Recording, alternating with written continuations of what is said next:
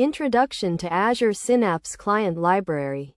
The Azure Synapse Client Library is a powerful tool that allows you to interact with Azure Synapse analytics from your preferred programming language.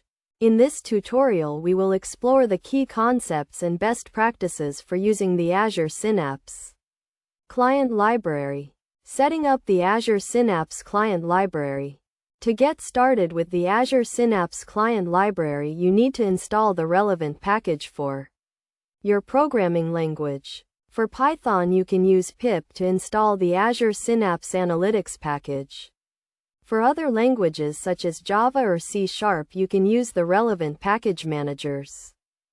Authenticating with Azure Synapse. To authenticate with Azure Synapse, you need to create a service principal and grant it the necessary permissions. You can then use the client ID and client secret to authenticate with the Azure Synapse Client Library. Key concepts. The Azure Synapse Client Library provides a number of key concepts that you need to understand to use it effectively. These include the workspace, which represents your Azure Synapse instance, and the pipeline, which represents a workflow of activities.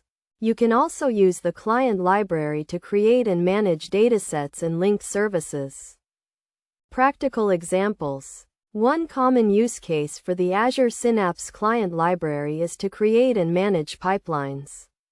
You can use the client library to create a new pipeline and add activities to it, such as data ingestion or data transformation. You can also use the client library to trigger pipelines programmatically.